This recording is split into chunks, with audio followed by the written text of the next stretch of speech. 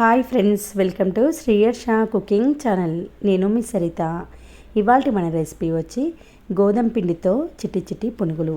ఎప్పుడు రెగ్యులర్గా మైదా పిండితో పునుగులు చేస్తారు, కానీ టేస్ట్ పరంగా హెల్త్ పరంగా ఈ గోధుమ పిండితో పునుగులు ఇంకా బాగుంటాయి. తప్పకుండా ట్రై చేయండి.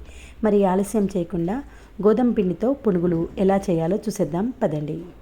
దీనికోసం ముందుగా వెడల్పుగా లోతుగా ఉన్న ఒక బౌల్లోకి కొంచెం పుల్లగా ఉన్న 1 కప్పు వరకు పెరుగుని తీసుకోండి.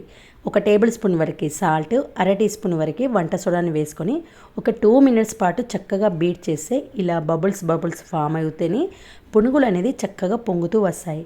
కాబట్టి ఒక 2-3 మినిట్స్ పాటు అయినా ఇలా బబుల్స్ ఫామ్ అయ్యే వరకు బీట్ చేయండి. తర్వాత దీంట్లోకి 1 టేబుల్ స్పూన్ వరకు జీలకర్రను వేసుకొని కలిపేసేయండి. తర్వాత దీంట్లోకి 1.5 కప్పు వరకు గోధుమ పిండిని యాడ్ చేసుకోండి. మనము 1 కప్పు పెరుగు తీసుకుంటే 1.5 కప్పు గోధుమ పిండి కొలత అనేది సరిపోతుంది. పిండిని ఇప్పుడు పెరుగులో కలిసేలా ఓసారి కలిపేసి కొన్ని వాటర్ని యాడ్ చేస్తూ కన్సిస్టెన్సీ కొంచెం గట్టిగా ప్రిపేర్ చేయాలి. ఇక్కడ నేను తీసుకున్న పిండి క్వాంటిటీకి నాకు 1/2 కప్పు పైన 2 టేబుల్ స్పూన్ల వాటర్ పట్టింది. పెరుగు గట్టిగా పల్చగా ఉన్నదాన్ని బట్టి మనము వాటర్ని యాడ్ చేసుకోవాలి. ఇలా వాటర్ యాడ్ చేసిన తర్వాత పిండిని సుమారుగా 10 నిమిషాలైనా పైకి కిందికి కదుపుతూ ఇలా పిండి స్మూత్ అయ్యే వరకు బీట్ చేయాలి.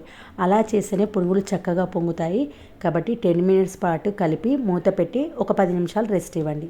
ఈలోపు చట్నీ కోసం మనము మిక్సీ జార్లోకి 1 కప్పు వేయించిన పల్లీలు, 1 టేబుల్ స్పూన్ పుట్నాల పప్పు, 1 చిన్న అల్లం ముక్క, 2 వెల్లుల్లి రెబ్బలు, జీలకర్ర, నూనెలో వేయించిన ఒక 5-6 పచ్చిమిర్చి, 2 చింతపండు రేకులు, రుచికి సరిపడా సాల్ట్ వేసి ఒకసారి ఇలా కోర్స్గా గ్రైండ్ చేయండి.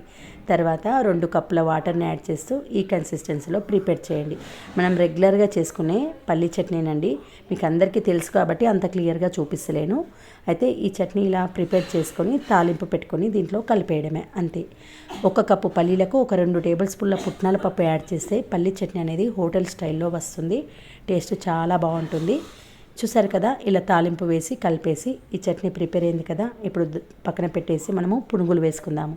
ఈలోపు పిండి కూడా చక్కగా సాఫ్ట్గా అవుతుంది.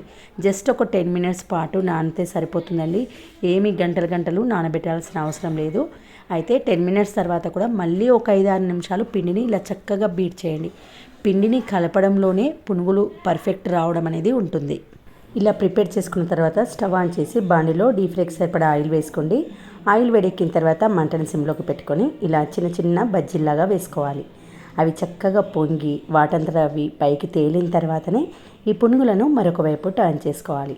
టర్న్ చేసిన తర్వాత మంటను మీడియం ఫ్లేమ్లో పెట్టుకొని అటు ఇటు టర్న్ చేస్తూ ఇలా మంచి గోల్డెన్ బ్రౌన్లోకి మారిన తర్వాత ఆయిల్ నుంచి తీసేసేయండి. ఇదే మాదిరిగా నెక్స్ట్ బ్యాచ్ పునుగులను కూడా వేసేసుకోండి. ఈ పునుగులు వేడివేడిగా ఉన్నప్పుడే సర్వ్ చేసుకొని పల్లి చట్నీతో టేస్ట్ చేయండి. అలా వేడిగా తింటేనే పైన క్రిస్పీగా లోపల సాఫ్ట్గా బాగుంటాయి. కొంచెం చల్లారితే ఈ పునుగులు మెత్తగా అవుతాయి. కాబట్టి వేడి మీదనే టేస్ట్ చేయండి. చూసారు కదండి, అస్సలు ఆయిల్ పట్టకుండా గోధుమ పిండితో చల్ల పునుగులు. మరి ఎప్పుడు చేసుకునే మైదా పిండితో చల్ల పునుగులు కాకుండా హెల్త్ పరంగా గోధుమ పిండి చాలా మంచిది. కాబట్టి ఈసారి ఈ పునుగులను ట్రై చేయండి. ఓకే ఫ్రెండ్స్, మరొక మంచి వీడియోతో మళ్ళీ కలుద్దాం.